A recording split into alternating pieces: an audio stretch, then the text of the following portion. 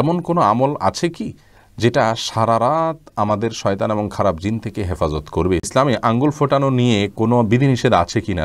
জামাতে নামাজ পড়ার সময় ওযু ভেঙে যায়, তাহলে কি করব? যদি প্রথম কাতারে আমি থাকি কিভাবে বের হব? যমজ বাচ্চাদের আকিকার নিয়মটা জানাবেন। অনেক সময় শুনি যে সাহাবীগণ সিজদায় দোয়া করতেন, সিজদায় দোয়া কিভাবে করতে হয়? কাঁকড়া খাওয়া জায়েজ হবে কিনা? মাছের আইশ বা রক্ত কাপড়ে লাগলে নামাজ হবে কিনা? কোনো মানুষের সম্মানে দাঁড়ানো যাবে কিনা? দোয়া করার কি কোনো নিয়ম আছে কিনা? তেমন কোনো আমল আছে কিনা যেটা করলে রিজিকের ব্যবস্থা হবে? কেউ বলে কাজা নামাজ পড়তে হবে, আবার কেউ বলে পড়তে হবে না, ক্ষমা চাইলেই হবে। আসলে কোনটা ঠিক? ঘরে ছোট মেয়ে বাবু আছে, সাথে আছে তার অনেক খেলনা এবং পুতুল। রুমে পুতুল থাকলে নামাজ পড়লে হবে কিনা? তাহলে চলে যাচ্ছি আপনাদের জিজ্ঞাসার জগতে। সুবর্ণা, আপনি জানতে চেয়েছেন ঘরে ছোট মেয়ে বাবু আছে, সাথে আছে তার অনেক খেলনা এবং পুতুল। রুমে পুতুল থাকলে নামাজ পড়লে হবে কি না? আমি কনফিউজড আছি, উত্তর অপেক্ষা করব। বোন রাবেয়া, রাসূল আকরাম সাল্লাল্লাহু আলাইহি সাল্লামের বাসায় আম্মা জান আয়েশা রাদিয়াল্লাহু তাআলা আনহা পুতুল নিয়ে খেলা করেছেন এবং আরও নবী সাল্লাল্লাহু আলাইহি ওয়াসাল্লামের বাসায় গিয়েছেন, পুতুল নিয়ে বাচ্চারা খেলেছেন, এরকম প্রমাণ পাওয়া যায়। এর উপর ভিত্তি করে অনেক উলামায়ে কেরামের বক্তব্য হলো যে বাচ্চারা যদি পুতুল নিয়ে খেলা করে তাহলে সেটা জায়েজ রয়েছে, শুধু খেলার জন্য, এটাকে শো পিস হিসাবে রাখার জন্য নয়, শো কেসে প্রদর্শন করার জন্য নয়। খেলা করলো, খাট চোখের নিচে পড়ে থাকলো, বাস এইটুকু করাতে কোনো অসুবিধা নেই, এটা অনেক উলামায়ে কেরাম বলেছেন। আবার অনেক উলামায়ে কেরামের মতে শোপিস, এই খেলনা যদি, পুতুল যদি এরকম হয় যে তার পরিপূর্ণ অবয়ব বোঝা না যায়, যেমন বাচ্চারা খেলনা নিজেরা তৈরি করে, জাস্ট আপনার একটা কাপড়ের অংশ দিয়ে কল্লা আর হাত বোঝা যায়, কিন্তু চোখ কান নাক এরকম আলাদা করে তার প্রতিটা অঙ্গ স্পষ্ট বোঝা যায় না, পূর্ণাঙ্গ অবয়ব বোঝা যায় না, তাহলে সেরকম পুতুল রাখাতে অসুবিধা নেই।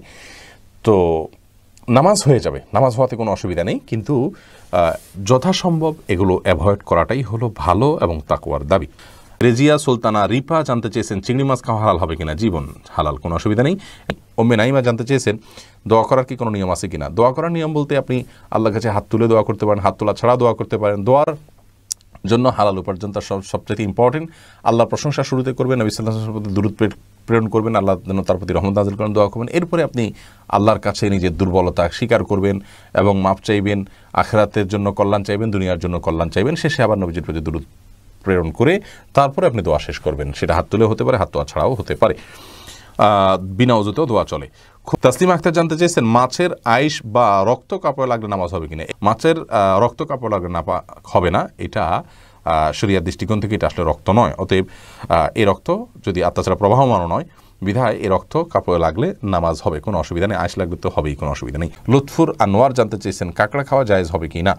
কাঁকড়া খাওয়া জায়েজ হওয়া না হওয়া নিয়ে ওলামায়ে কেরামের মধ্যে পার্থক্য আছে, ইমামদের মধ্যে পার্থক্য আছে। ইমাম আবু হানিফার মতে এটি মাকরুহ, অন্যান্য অনেক ইমামের মতে এটি সম্পূর্ণ জায়েজ আছে, কিন্তু হারাম কারোর মতে না।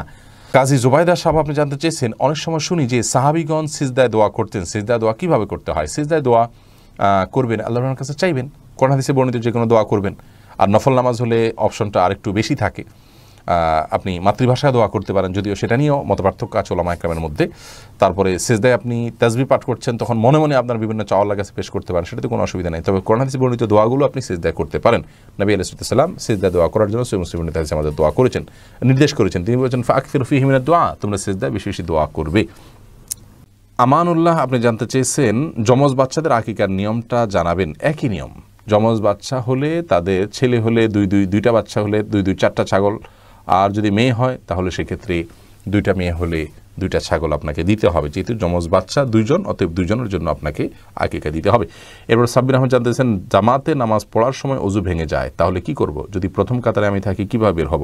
প্রথম কাতারে যদি আপনি থাকেন তাহলে সেক্ষেত্রে আপনাকে চেষ্টা করতে হবে বের হওয়ার জন্য। যদি বের হতে পারেন তো আলহামদুলিল্লাহ। যেমন কোনো মসজিদে, এখন মডেল মসজিদ যেগুলো হচ্ছে আমাদের দেশে, চারপাশে যাওয়ার জন্য, হাঁটার জন্য কিছু জায়গা আলাদা রাখা আছে, টাইলস রাখা আছে, তো সেগুলোতে আপনি হেঁটে যেতে পারলে যাবেন। আর যদি খুব বেশি দীর্ঘ অনেকগুলো কাতার না থাকে, পেছনে 1 2 3টা কাতার থাকে, তাহলে হালকা ফাঁক করে আপনি বের হয়ে যাবেন। আর যদি এত বেশি মানুষ পেছনে থাকে যে আপনি বের হইতে গেলে অনেক মানুষকে কষ্ট দিয়ে বের হতে হবে, তাহলে আপনি ওই অবস্থায় বসে থাকবেন বা দাঁড়িয়ে থাকবেন সালাত বাদ দিয়ে, এরপরে আপনি বের হবেন।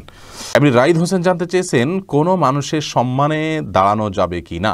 কোনো মানুষের সম্মানার্থে দাঁড়ানো যাওয়া নিয়ে ওলামায়ে কেরামের মত পার্থক্য আছে। কিছু হাদিসকে পেশ করেন, ওলামায়ে কেরাম এটাকে নিষেধ করেন, বাকি অন্যান্য ওলামায়ে কেরাম সেটাকে জায়েজ মনে করেন, এবং এটা তাদের একটা যুক্তি। এটাও যে নবী আলাইহিস সালামের যুগে এটা অমুসলিমদের কালচার ছিল, এখন এটা সাধারণ কালচারে পরিণত হয়েছে, এটা মুসলিম অমুসলিমের কালচার নয়, অতএব দাঁড়িয়ে কাউকে সম্মান করা যেতে পারে, এবং দ্বিতীয় মতটি আমার কাছে অধিকতর শক্তিশালী মনে হয়। এমনি সুজন আহমেদ জানতে চেয়েছেন এমন কোনো আমল আছে কিনা যেটা করলে রিজিকের ব্যবস্থা হবে।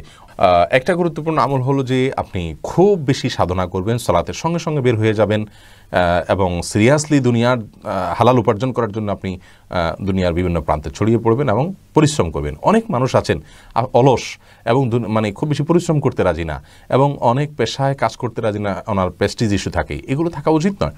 আপনি হালাল উপার্জনের জন্য প্রচণ্ডভাবে পরিশ্রম করবেন, এটা হলো প্রথম কাজ। দ্বিতীয়ত হলো অনেকে আছেন যে হালাল উপার্জন বলতে বিশাল ফিগারের ইনকাম বুঝে থাকেন।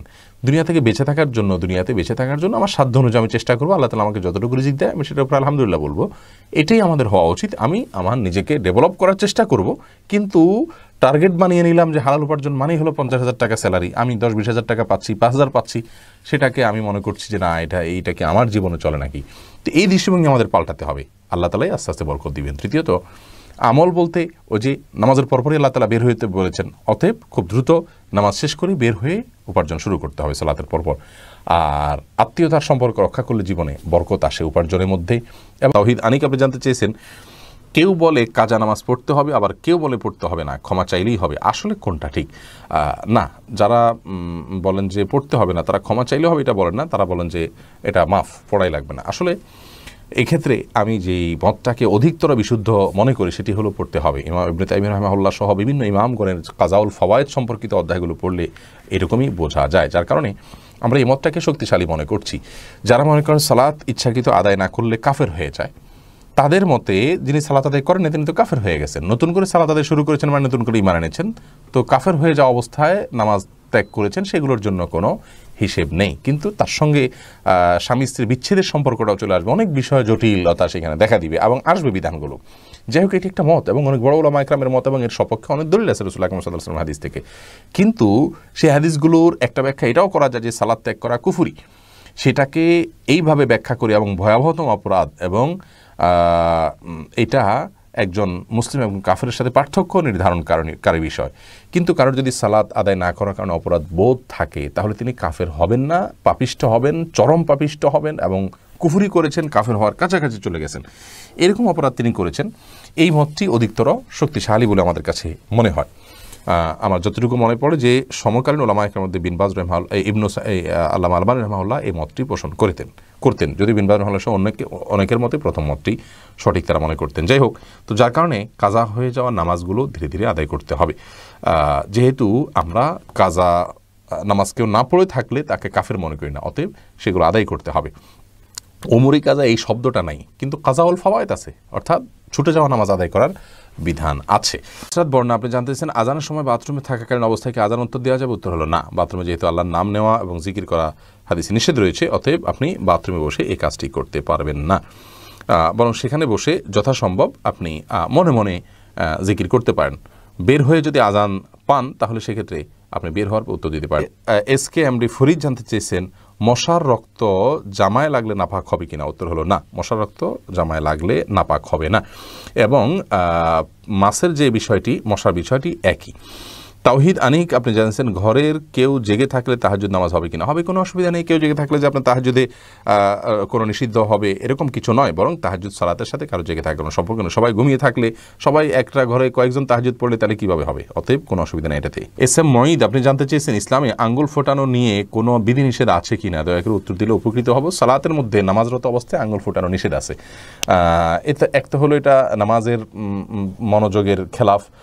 নামাজের মধ্যে যে আমাদের খুদু অবলম্বন করতে হয় একেবারে একাগ্র চিত্তে এবং আপনার ধীরস্থির এবং আপনার স্থিরভাবে সালাত আদায় করতে হয়, সেই স্থিরতার খেলাফ এই আঙ্গুল ফোটানোটা, এই জন্য এটা হাদিসে নিষেধ আছে এবং এটাকে মাকরুহ বলা হয়েছে। তবে মৌলিকভাবে আঙ্গুল ফোটানোটা যেহেতু অস্বাস্থ্যকর একটি বিষয়, এখন আমরা বিজ্ঞান থেকে এটি জানতে পারি, অতএব প্রয়োজন ছাড়া বলতে এই সালাতের বাইরেও আপনার আঙ্গুল ফোটানো অনুচিত, কিন্তু শরীয়তে বা বিধিনিষেধটা শুধু সালাতের জন্য রয়েছে। সালাতের বাইরে কেউ আঙ্গুল ফোটালে সেটি নিষেধ হবে এরকম কোনো কথা নেই। সুবাইরা সাবেদ পপি আপনি জানতে চেয়েছেন এমন কোনো আমল আছে কি যেটা সারা রাত আমাদের শয়তান এবং খারাপ জিন থেকে হেফাজত করবে? সূরা বাকারার আপনার আয়াতুল কুরসি যেটি আছে সেটি আমাদেরকে শয়তান থেকে ইনশাআল্লাহ নিরাপদে রাখবে। এছাড়া 3 কুল সূরা ইখলাস, সূরা ফালাক, সূরা নাস 3 বার রাতে পড়ে শুইবেন, ইনশাআল্লাহ শয়তান থেকে আল্লাহ তাআলা আপনাকে আশ্রয় রাখবেন।